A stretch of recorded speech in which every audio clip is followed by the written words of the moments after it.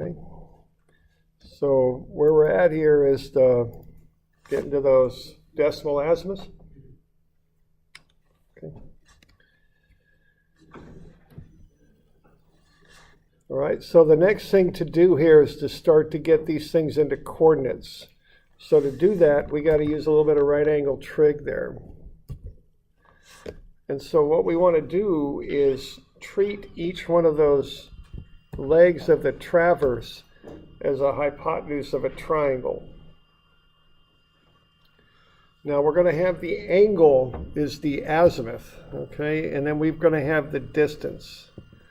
So with that azimuth angle and a distance, we can turn that into a right triangle is what we can do. Now the one odd thing about that is what we call our latitude, which is the y side. That's going to be cosine is what that's going to be. The departure is the x side, and that's going to be sine. So that's a little different than what you might be used to. And the reason for that is the triangle's not horizontal as it normally is in math. It's tipped up on its side, so it's vertical. So we're using that lower vertex angle. So what that does is it switches the cosine and sine from what they would be if the triangle were laid out, in perhaps a more common way that you have when you take a math class or something like that, okay? So we're flipping it up so it switches the sine and the cosine. So to get the latitude, which is the y side of the triangle, the vertical side, the north-south side, we use cosine azimuth times distance. To get the departure, which is the x side, the east-west side, we use sine azimuth times distance, okay? And you've got these formulas on your formula sheet. I put them right on there, okay? So, you've got them. I don't have any with me, but formula sheets. But have a look. It's on there. I think it's on the right-hand side. All right. So what you do there is you just take cosine of the angle times the distance and sine of the angle times the distance, and that'll get you what we call the latitudes and departures. Now here's why you want those 4 places on the decimal of the angles, because you're going to take these distances down to the 100th. So you want to be sure that you get enough precision on those angles, enough definition on them so you get good distances here to the 100th, okay? And so that's just doing a little bit of trig there. Now it just happens that all you got to do here is just do cosine and sine of the azimuth, whatever it happens to be. Just take cosine and sine of it. That'll get you the proper distance with the proper sine. So you just apply that formula, and that's all you got to do. And that'll get you the azimuths, the latitudes and departures with their proper signs. So remember to carry the signs through. So you just run through those calculations like I've got on 815, and I've got a picture of what that's doing. You see what that's doing is taking those angled distances and turning them into x's and y's. So essentially you're taking that kind of angled 4-sided figure and turning it into essentially a rectangle there by doing that, okay? And you're starting at A and ending at A. So that's what's going on there, okay? So visually this is what's happening. You're walking around that traverse, okay? So what we're going to do here then is we're going to just fill in the table again with the latitudes and departures. Latitudes y, departures x. And I put plus and minus on those just so I'm darn sure I've got the right sign on them. Okay? And you just fill them in right across from the azimuths, because the latitudes and departures go between points. So they go between the letters. Okay? So what we've done now, we've broken those things up into x's and y's essentially. And we're kind of, for each one of those lines, we're telling what the x portion of it is and what the y portion of it is. Okay?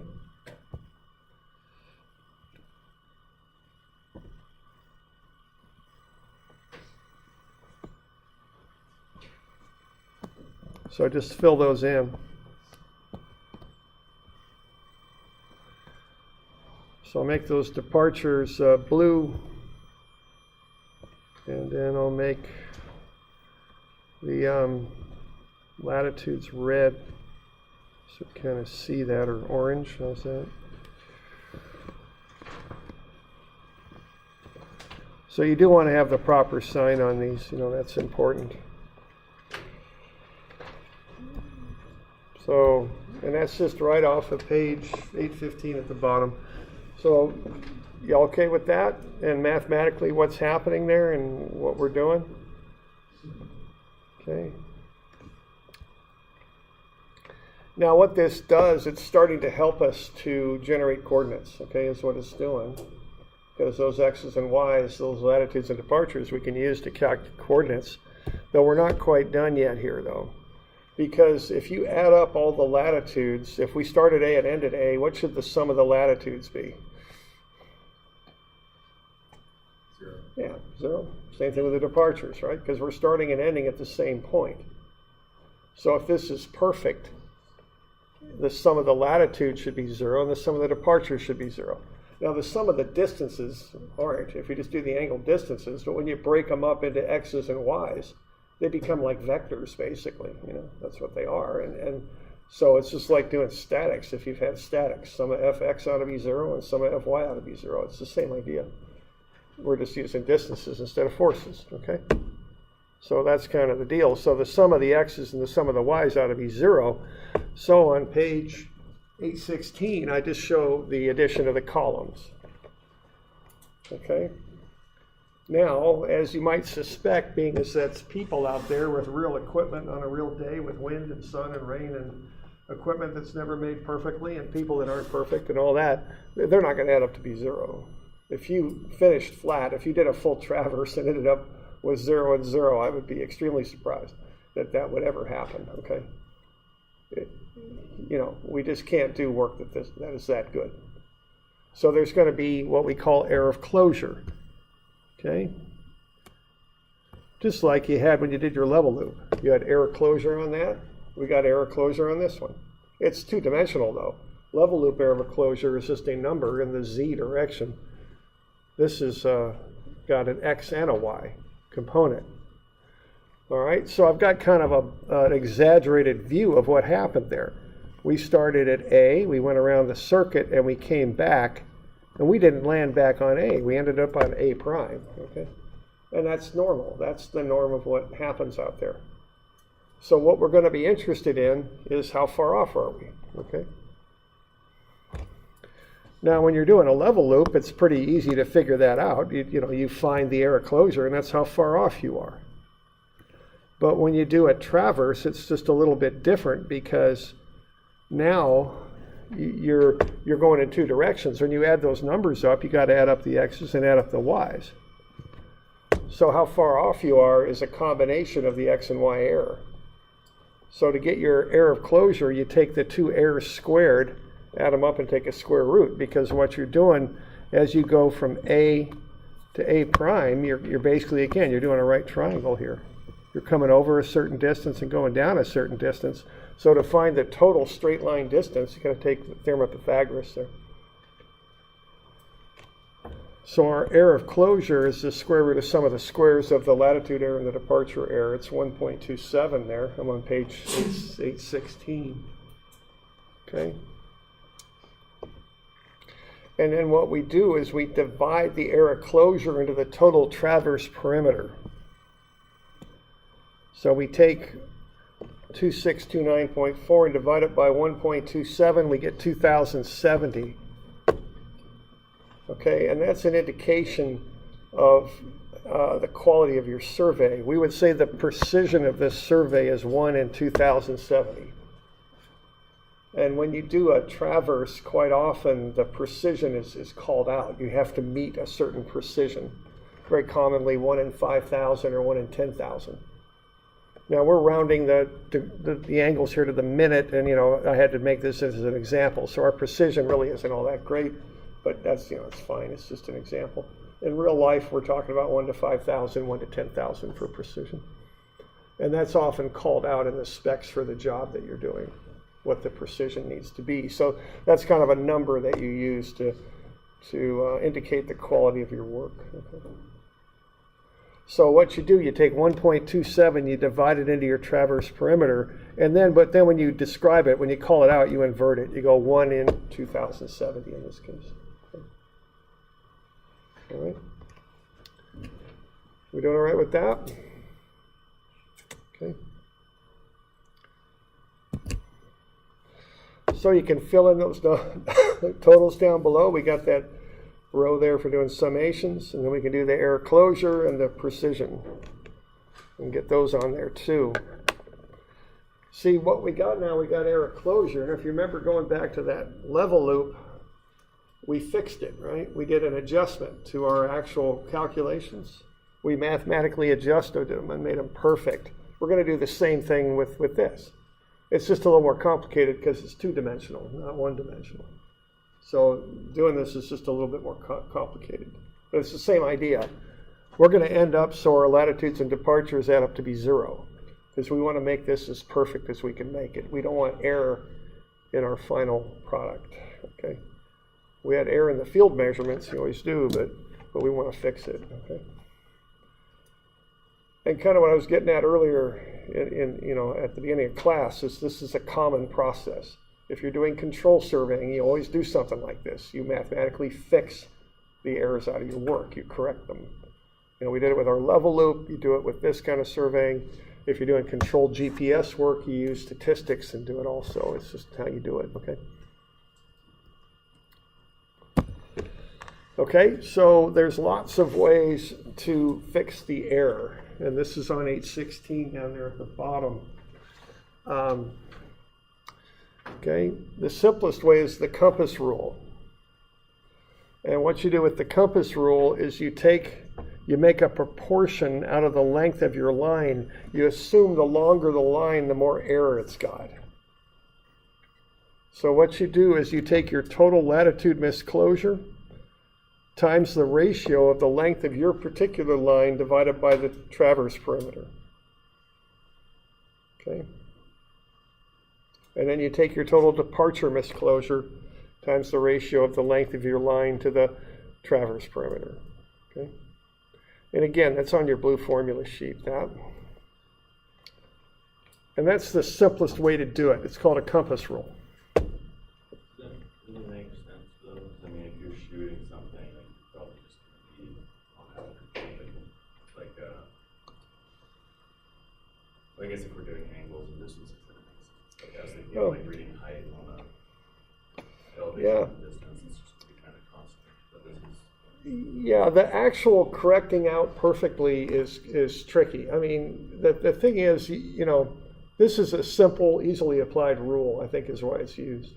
Yeah.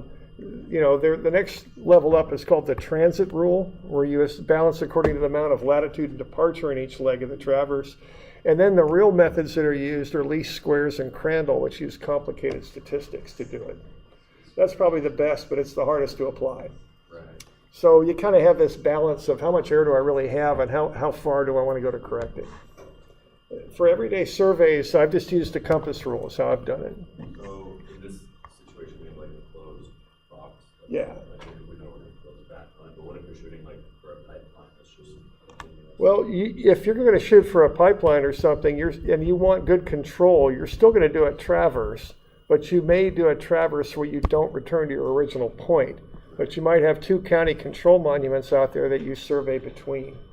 But somehow when you're doing this kind of surveying, you want to close is the term. You want to come back to a point and be sure, and get your error for your position and also your angle. That's set. If you're doing control surveying, and if your name's on it, you'll close. That's how you do that. Okay. And but now the thing is, like this correction stuff, when I bought software for this, it always came with this rule, and they charge you extra for a routine that would do the statistical stuff, the least squares and the Crandall. So, it's kind of a accuracy, precision thing versus cost and time. But as I say, all the work I did, we just used compass rule. Okay.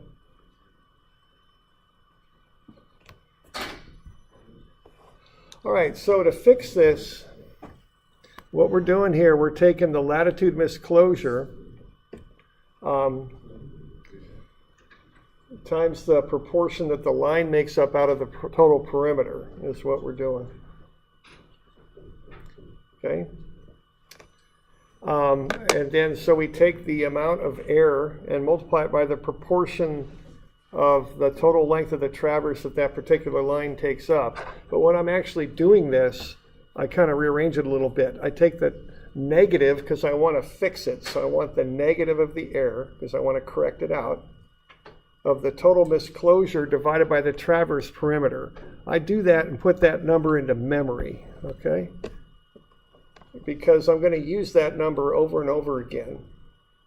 So I just take the total latitude misclosure divided by the traverse perimeter and take the negative of that, because that'll fix the error by taking the negative. I put that number into memory. And then I do the same thing for total departure misclosure over the traverse perimeter, because I'm going to use that number every time for my adjustment.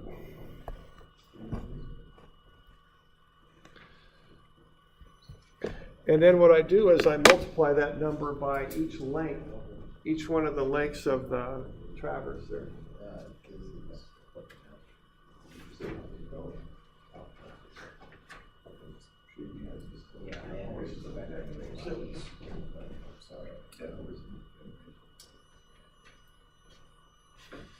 Okay, so what I do, I get those numbers into memory, and then I just multiply them by the length of each line, and that gets me my adjustments. And I'm going to round that to the nearest hundredth. Okay, so I'm going to round that. And again, I'll mention that these formulas are on your formula sheet. Just have a look and be sure you can identify them, and you know what they look like and where they are. They're on the right side of the formula sheet. So I get these adjustments that have the negatives embedded right in them, so that changes the sign on them to get them so they're corrections. So for each one of those lines, I got adjustments to the hundredth of a foot, okay, right there. So those are my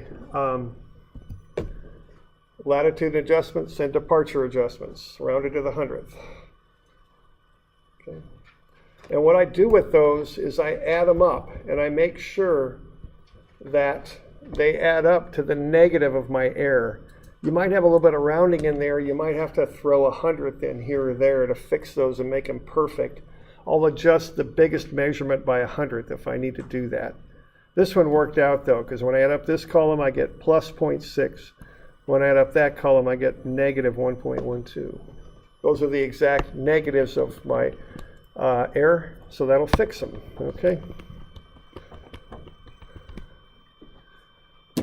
So what I've got there are adjustments for the latitudes and the departures. So plus 0.19 minus 0.35, plus 0.15 minus 0.28, plus 0.15 minus 0.28, plus 0.11, and negative 0.21. So that's how I'm going to adjust those latitudes and departures.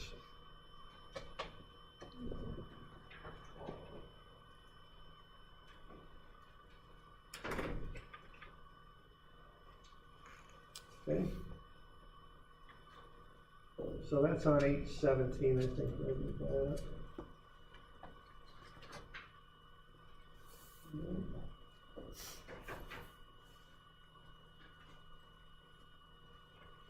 So I just put those on the table, and then I actually adjust the coordinates, and that's on 818, or excuse me, the latitudes and departures, and that's on 818. When you're doing those latitude and departure adjustments, just be sure that you watch your signs carefully. Just be sure that you know whether you're subtracting or adding your adjustments. Okay, so it's common to have sign errors for people doing that. All right, so that gets us to as perfect as we can make those latitudes and departures. Okay. And that's on page 818.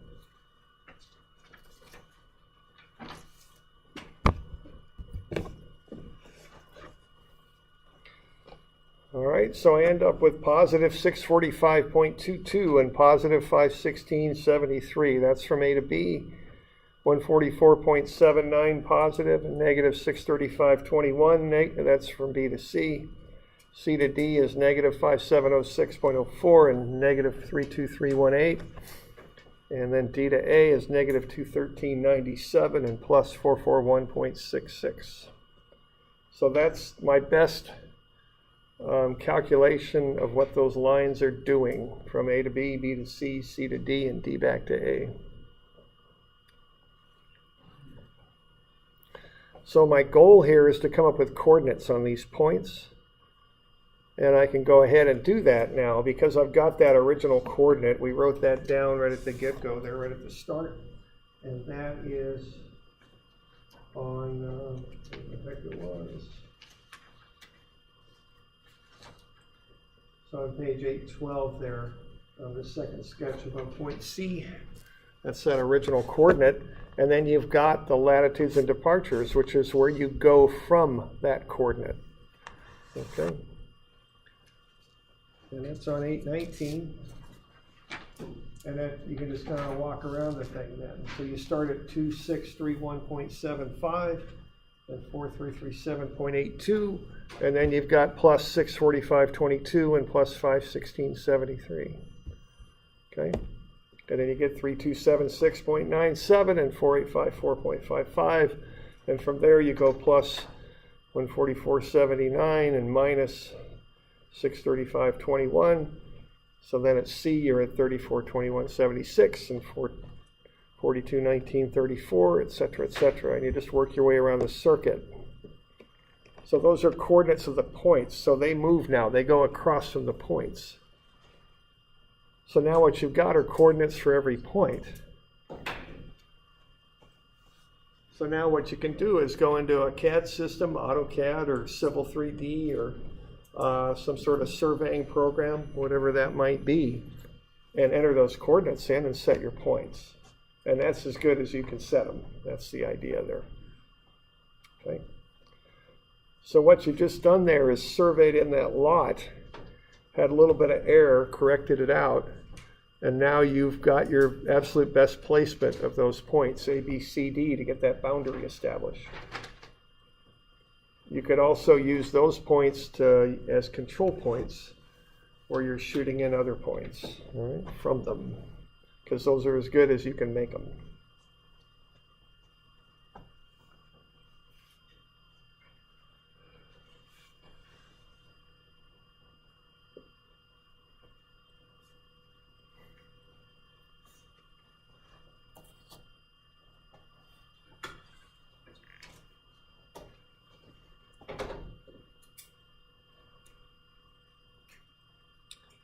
You okay with that?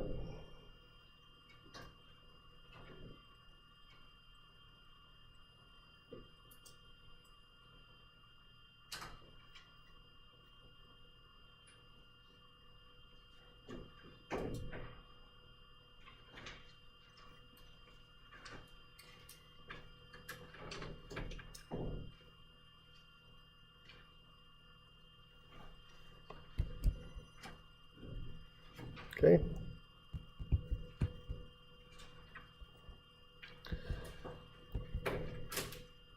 So that's the deal. That's how you adjust those things.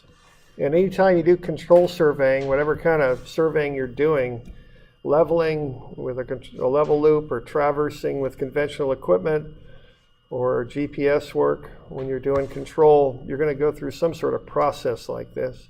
The process varies depending on the exact type of surveying you're doing, but this is kind of the deal. You've got to adjust it mathematically to make it as perfect as you can. Okay.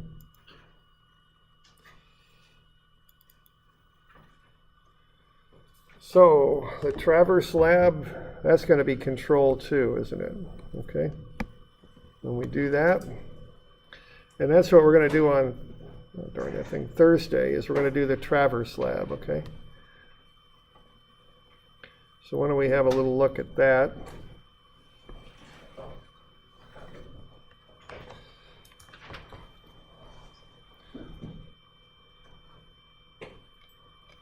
Okay.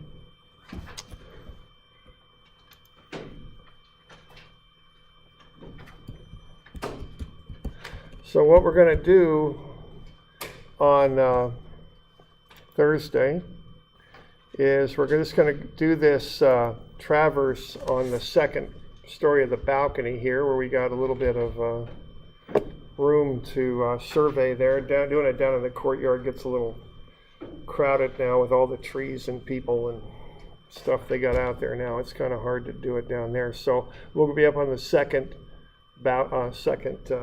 floor of the balcony on the sidewalk there. We'll be shooting across the courtyard though. So we're going to do kind of a short traverse. You're going to just do a 3-sided traverse. So in the time we've got on Thursday, your job is going to be to set the instrument up 3 times, once on each point, and then to shoot and double 3 angles, one at point 1, one at point 2, and one at point 3, and shoot 3 distances. So you're going to measure and double 3 angles and shoot 3 distances. That's what you're going to want to do. All right. Now I'll get you a note page that looks like this. For now, I've just got a blank page for you to put the notes on. You'll copy them in. It's page 865. And then I'll have you fill in the notes on 868. And so the job here is going to be to come up with coordinates for points 1, 2, and 3. And you're going to gather the data on Thursday by getting those 3 angles and 3 distances and filling them in properly on the notes. And then you're going to do the adjustments on them and turn them in. So the deliverables, the stuff you turn in, will be a set of notes, which you'll put on 865, and then a set of calcs. And then you'll come up with coordinates for those points is going to be the goal here. Now I'll get the party chiefs a copy that looks like this, where they'll have a bit of a sketch to show where they're working at. All right. Now there's also some homework I'd like you to do. And let's have a look at that so we kind of get how this is set up. So I'm going to have you do 841 number 1. And then I'm going to have you do 842 number 3. Okay, so you're going to, and those are 2 traverses. They're on 841 and 842. Now, I've got calc sheets laid out for you on 845 and 846. So do the work.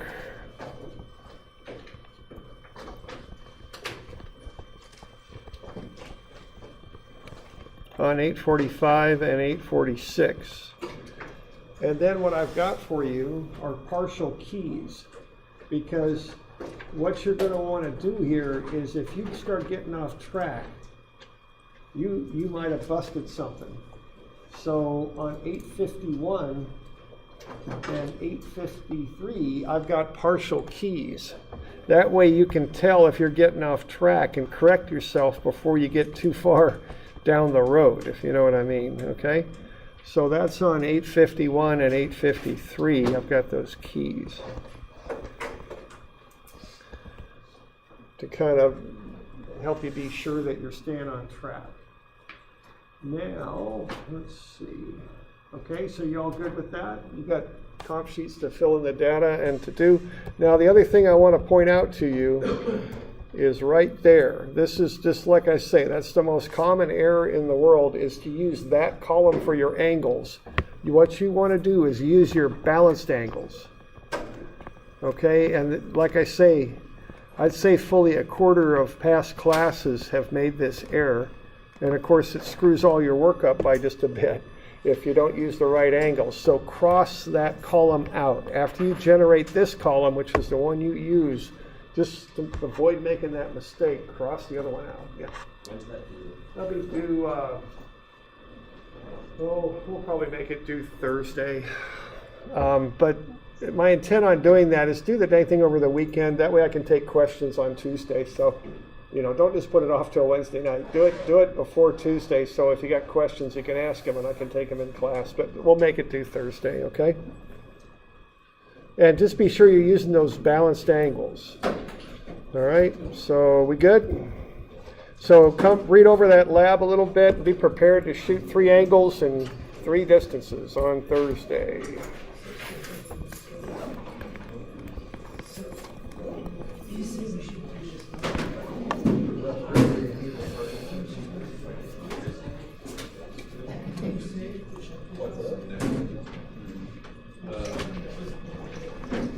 So add 7 days.